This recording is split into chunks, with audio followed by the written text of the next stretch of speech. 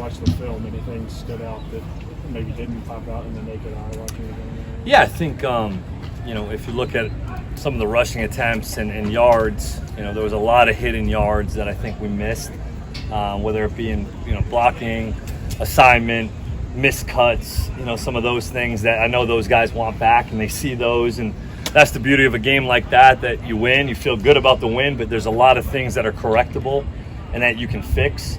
And our guys are conscientious and want to get those things fixed. And we should have had a lot more rushing yards than we probably ended up with. And those guys see that, and they'll fix that stuff. What did you think of the operation?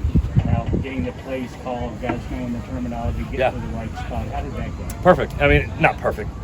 Solid in terms of there was no issues really from the sideline communication. We had one issue that, Will called the wrong play. We were trying to get a timeout, but it was on the first sound, and Luke hears Will trying to fix the formation, snaps the ball. We end up kicking a field goal on that drive, and we luckily got it back. So that was the one that really got us, I think. That was really the one hiccup that we had in terms of the operation piece. But other than that, I thought it was pretty clean. You went up against Steve Wilkes a few times. Yeah. Divisional opponents. So what do you just recall from those matchups and how his team played? Aggressive, ton of man coverage. They had some really good players, Buda Baker, Patrick Peterson. They had some guys that could really play in the secondary, that can play man coverage and fly around. They want to get their safeties in the box. They want to try to stop the run and challenge you on the perimeter to throw the football and challenge you to win one-on-one matchups. And that's something that we have to try to defeat. I mean, that's a big challenge for us on the perimeter at the quarterback position. What his defense does is it creates tight window throws because he plays so much man coverage. All that is, it's constant tight window throws where when you typically play against more zone-oriented defenses, there's a little bit more voids. I know it was only one game, but was there anything in there that was different from the NFL or college, Joe? Not really, to be honest. I mean, it looked very similar from, what he was in Arizona and then what he was when we played them in 2019 at Cleveland with, he threw some wrinkles at us, in Cleveland in 2019 that we'll be ready for, that we have a preparation for as well. I know Sean was one of those recollection guys. Are you one of those that can go back to that game and remember play, scheme, stuff like that? Does your brain work like that? Similar. I mean, he's a freak. Sean's a total freak.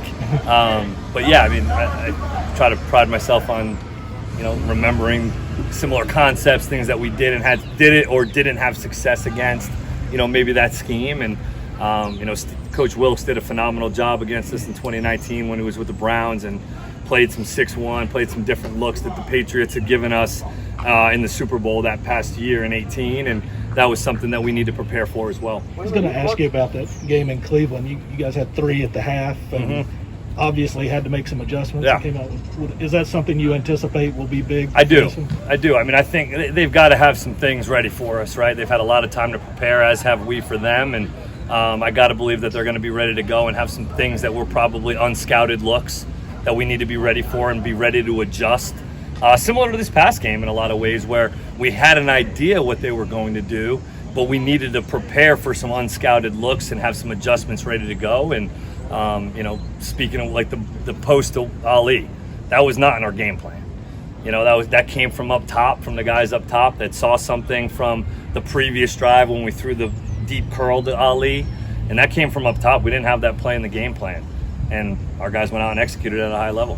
What do you see when you look at the film from Missouri this past weekend? What made them so able to put so much pressure that they're good up front, man. They got some long athletic kids up front that can really rush the passer, and they're so aggressive in their man coverage that when the running back blocks in protection, they add their backers on because they're covering them in man coverage. They what we call green dog the back, and that allows for what you would think would be a 4-man pressure or 4-man rush instantly becomes 5 or 6 when the linebackers see the backs block. And so that's something that we need to really be ready for, and that's a challenge in itself that presents us. You mentioned on Saturday how encouraging it was to see Isaiah make those catches in the second half. Yeah. He obviously had the injury thing before you got here. But how have you seen him progress since the spring? Big time. I mean, Isaiah really in the spring was very limited in terms of what he was able to do on the field. We were trying to get him to this point, and we're still continuing to try to do that. But he was very limited in terms of like one practice on, one off, a period on, a period off. So I really didn't get a lot to see of him at that time. And, you know, he's just a steady, consistent guy that I really love working with. Super conscientious, and we're just trying to continue to build his confidence. And he did it on his own on Saturday.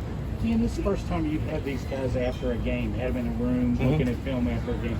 Did they respond the way you wanted them to? I mean, as far as their attitude, do they want more? Or are they satisfied? No, I mean, Coach Stoops got those guys in the locker room after the game, and it wasn't like everybody was cheering and going nuts like we just won this. You know, that was an expectation, and I think that that's the way that our guys approached it. They were happy that we won. It's always good to get a W, but I know that our players expected to do some of the things that we did, and that's not a knock on ULM. That's just our standard. And I think that the guys watched the film. They you know, I heard Chris Rodriguez say, he goes, "Man, I thought I played really well on Saturday," and he's like, you know, but that's what we want. We want the guys to think that they played great, see the film. There's so much more out there for them, and now how can we take that to get better? Did Saturday give you any indication of how much you're able to pour on these guys? Are they able to pick this stuff up? Yeah. Or are you thinking more? Yeah, no, I mean, definitely more. You know, I mean, we didn't really challenge probably our guys as much with a ton of different calls in the game. You know, I mean, it was a lot of things that we had repped in the scrimmages and had executed and knew, because our philosophy going into the game was, let's do what we do. Let's do what we know, things that we were successful with all throughout scrimmages and training camp, and go out and execute it. Now this is really about, hey, we got a true game to scout Missouri on. We need to do things that are more specific to our opponent. How excited are you about that? When you came here, you said coaching in the SEC was one of the reasons. Yeah. So what's going through your mind? Very much so, and especially to coach against Steve Wilkes. You know, a guy that's been in the profession in the NFL for so long. A ton of respect for him and what he does on defense and the way those guys fly around and play. Those guys play their tails off in Missouri and on defense, and they just fly around and do some really good things. And I'm excited to get out into a real SEC atmosphere and see what it's all about. And I think they had 9 sacks, something in that one. Is there a guy that you really have to be aware of at all times, where he's lining up, or is it more of a team effort? Yeah, number 18, the one DN there, Jeff Cote. Is it Jeff Cote, I believe? He's a talented kid, man. You know, he's a talented kid, long, athletic.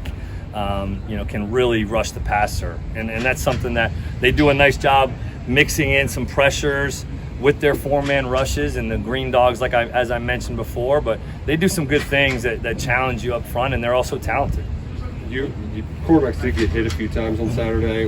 How do you evaluate the pass pro? It was pretty solid. I mean, we got hit, now count like 3 or 4 times, you know, and Bo got smashed by his own roommate on the one throw that he had, and we had a couple of hits, but honestly, the protection was really clean, especially in our play pass game. I mean, there was pockets that, you know, I could throw from. Are you staying on the field? Yeah, hands down. Yeah, hands down. All right, guys, a lot of people say over the years the team gets better between the first and second week, makes more improvement than in the season. Yep. What's the one area you want to see improvement from your guys? I think the overall, you know, just us finishing runs and getting some more mileage out of the run game in terms of whether it be from a schematic standpoint, conceptually, you know, fundamentals, technique, and just reads. I'd like to see us see some runs a little bit cleaner and hit those things the way that they're supposed to be hit, and that comes with reps. You know, there's a lot of things that we're doing offensively, especially in the run game, that's very new for these guys, and I think that they're doing a great job picking it up, but I think you'll see hopefully a step from game 1 to game 2 in that area. All right, guys, we got some